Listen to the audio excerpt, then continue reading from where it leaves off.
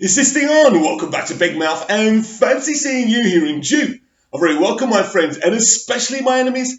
Come in, sit down, no touching.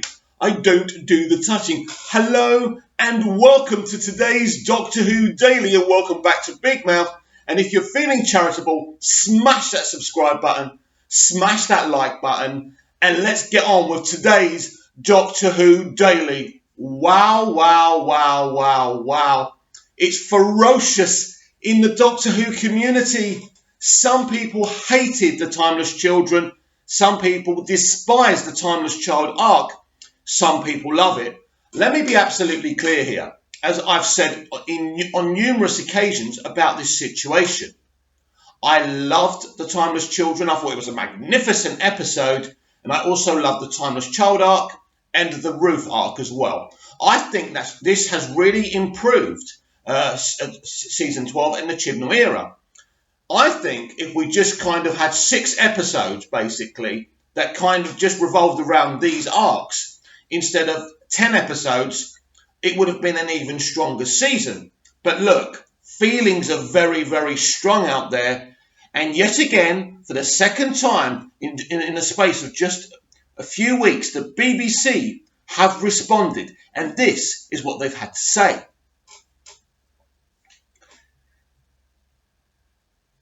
Doctor Who is a beloved long-running series, and we understand that some people will feel attached to a particular idea they have of the Doctor, or that they enjoy certain aspects of the programme more than others. Opinions are strong, and this is indicative of the imaginative hold that Doctor Who has. That so many people engage with it on so many different levels. That's of course true. We wholeheartedly support the creative freedom of the writers, and we feel that creating an origin story is a staple of science fiction writing. That's controversial. That's controversial. What was written does not alter the flow of stories from William Hartnell's brilliant Doctor onwards. It just adds new layers and possibilities to this ongoing saga. There's truths and lies there. Obviously, from Hartnell onwards, we were told that the Doctor was from Gallifrey, right? So that's not stemmed anymore. That's changed, right? But also, I see what they're saying a little bit there, right? We have also received many positive reactions to the episode's cliffhanger. There are still a lot of questions to be answered, and we hope that you will come back to join us and see what happens, but we appreciate that it's impossible to please all of our viewers all of the time, and your feedback has been raised with the programme's executive producer. This is the second time this year the BBC had to respond to complaints, as I've already said. We need to kind of take chunks out of this and look at this, because this really is interesting, because this is a coded message to the fans, right? So we'll start from the beginning, right? Series 12, finale, The Timeless Children, caused some controversy. Not some, a lot of controversy, as you already know where I stand. But I'm going to be honest about this situation and speak for all the fans, right? For revealing the Doctor to be the Timeless Child, to put it mildly. Some fans felt, basically I'm reading the article, sorry. Doctor Who is a beloved long-running series. In other words, this show makes a hell of a lot of money for us, and we are worried, right? I'm translating this for you. And understand that some people will feel attached to a particular idea they have of the Doctor. That's kind of Chibnal talking, isn't it? Obviously, no, I'll go into that in a minute. Or that they enjoy certain aspects of the programme more than others. Opinions are strong, and this is indicative of the imaginative hold that Doctor Who has. That so many people engage with it on so many different levels. Yes, Doctor Who is an iconic long-running show, and there's different elements we all love. But ultimately, the most important thing about Doctor Who, no matter what these companion people say, where it's all about the companion and the companion is more important than the Doctor, forget all that discussion, right? Nonsense talk. We love the Doctor. And this is why this is so controversial, because Chris Chibnall has changed this character's origin story. We wholeheartedly support the creative freedom of the writers, and we feel that creating an origin story is a staple of science fiction writing. Yes, creating an origin story is the staple of science fiction writing, but Doctor Who has already got an origin. And we already know the concept of the show is that the character's a mystery, right? This is what's pissing people off. Not only have they tried to reveal it, they've created a new one, right? They're trying to say, you know that thing you thought all along? Well, that's not true. And here's a new origin. As interesting and in-depth as this is and gives great potential for the future, and I agree with that, I can understand the people saying, you know what? Who asked for this? Who wanted this? That's the problem. And although I like it, I do have to question the compulsion to do it. What was written does not alter the flow of story from William Hartnell's brilliant Doctor onwards. It just adds new layers and possibilities to this ongoing saga. It does add new layers and possibilities. That's true. But people can't see that right now because people are very angry. Now, this is an interesting part of it. We also received many positive reactions to the episode's cliffhanger. In other words, you only got positive reactions, right, about the cliffhanger. Now, I liked the cliffhanger. It's exciting, and people are excited because potentially Captain Jack could break the Doctor out of the Jadoon prison, and that's great. So we really need to discuss this. Now, I don't want to discuss yet again whether people are right or wrong to hate this. Everyone's feelings are right and correct for you and from your point of view, right? Everyone comes from different points of view. If you're happy with this, fine. If you're sad about this, that's fine too. Everyone has a right to have feelings, and it's something we forget in the modern kind of social media age. But what does this mean? What does this letter actually mean from a BBC standpoint? Well, the main coded element of it is that the executive producer has been shown your feelings. In other words, the BBC have spoken to Chris Chibnal in no uncertain terms how serious this situation is. Because, as I say, even though I liked what Chris did this season, mostly, I do have to question the motivation to do it. And what I think is going on here is the BBC don't respond. Nobody responds unless they're taking something seriously. Now, they've tried to kind of disarm it, and they try and make it sound like a bog standard response, but it's not. They are taking this extremely seriously. First of all, they can't afford to lose any more people watching this show. The ratings are still very, very solid, don't get me wrong, and I'm not trying to create a climate of fear and panic. But at the end of the day, the BBC are worried. Otherwise, they wouldn't have posted this response. And it's clear from what they're saying in their coded way that conversations right now are going on with Chris Chibnal and the BBC. So what could be happening here? Look, I think normally Chris Chibnal would have been sacked by now.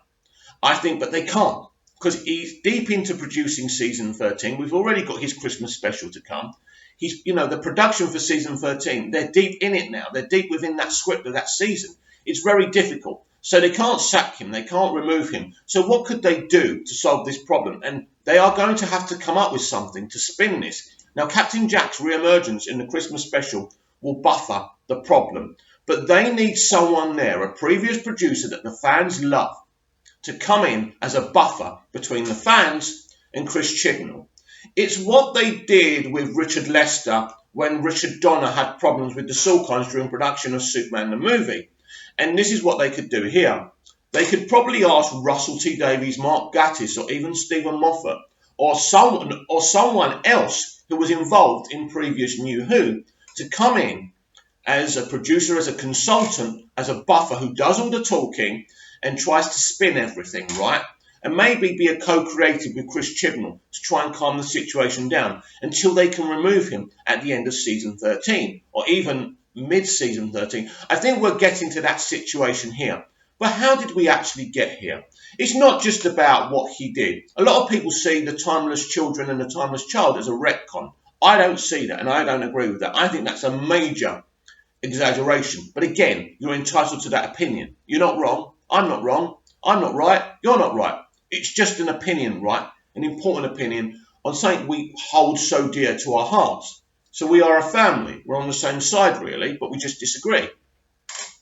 Chris Chibnal put a target on his head from the moment he cast a female doctor. But what really put the target on his head was that he went and brought in his friend, Jodie Whittaker, as the Doctor. One of the worst casting decisions ever made. I've spoken about this during season 11 and during season 12. There were so many female actors he could have brought in who would have been amazing. I mean, amazing. One of them he's already brought in, Jo Martin, a much better Doctor with no dialogue than Jodie Whittaker with dialogue. That's the fact. And I'm not a Jodie hater. In fact, in season 12 at times, I think she's improved. That's not the point. I don't hate Jodie Whittaker. Why would I? I don't even think Jodie particularly cares whether you like her or not. I don't even think she's that passionate about this role. I just think it's a job to her. And there's nothing wrong with that, by the way. And when I hear Jo Martin talk, it seems to me she's a bit of a Doctor Who fan. She's a bit of a geek. She's a bit of a nerd. I read out what she said about loving Peter Capaldi and his irritation of the Doctor. These are the kind of things you want to hear. Because let's be honest here, what was the opening statement from Jodie Whittaker when she was revealed that day? Some people will call it a cold summer's day. This is what she said. She said, boys, there's no need to be afraid of me. I'm a feminist. Jo Martin, I love Peter Capaldi. I love his Doctor. And I was inspired by his Doctor. And my costume is actually inspired by his costume. And the boots and the shoes. Right? Which one warms you to that person? Well, it isn't the one where you're reacting to the announcement that you've been cast as the Doctor, one of the most iconic roles in fiction and television, right? And you're talking about feminism and for men not to be afraid of women. What? As David Tennant's Doctor said, and Jodie's Doctor tried to copy in a terrible way. What? You see what I mean? So Chris Chibnal already had a target on his back. There was nothing. Look, I don't think there's anything wrong with casting a female Doctor. And there was obviously going to be, a roarback from that, right? And he expected that. But I think once you underdevelop your lead character, once you badly cast your lead character because you want to bring in your mate, right? Because you don't want to be here alone, you want your mate with you. So he brings in his mate. She's terrible casting because she's not the Doctor. She's a solid actor. She's trained, she's talented. Let's put it this way. If Doctor Who was a brand new show and the woman who fell to earth was the pilot, Doctor Who and Jodie Whittaker's irritation of the Doctor would be lauded as one of the most amazing things ever. But here's the thing. Doctor Who's nearly been around for 60 years. And we know what we expect from the Doctor. And it isn't about masculinity and it isn't about femininity or gender. It's about that person being the life and soul of the party.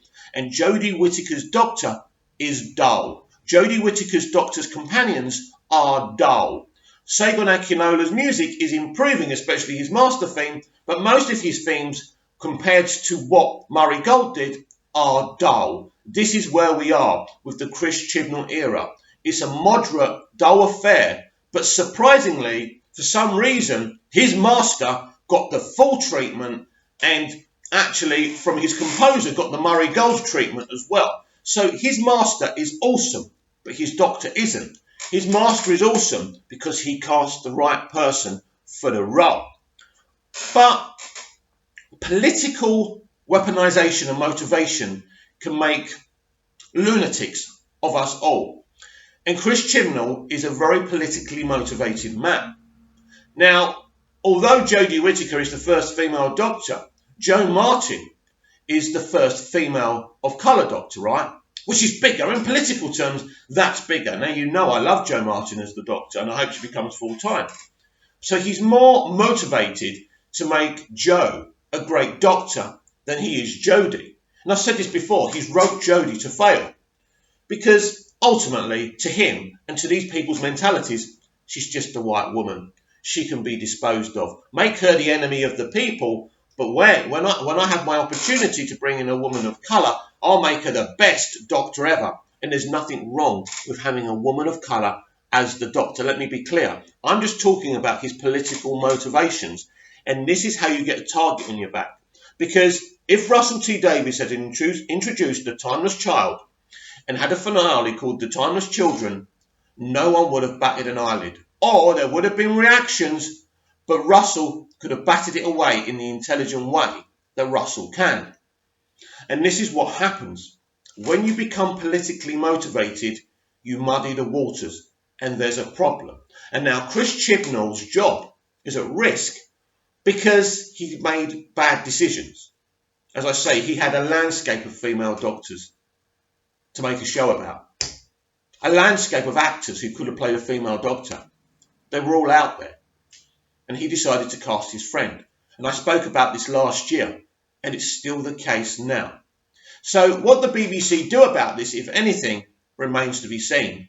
But this is a very, very serious situation. And for those of you who would love nothing more but to see Chris Chibnall and Jodie Whittaker leave, watch this space, because I'll be having updates as soon as this story develops. And I think it will develop. I think something is seriously going to happen, but I don't think it's their exit at this moment. I also do predict that Joe Martin will join the TARDIS team next year. It looks like Mandip Gill will stay. So I predict a TARDIS team of Mandip Gill, Joe Martin and Jodie Whittaker. Let me know what you think about that and everything we discussed on today's Doctor Who Daily. And I'll be back tomorrow with more Doctor Who Daily. See you then.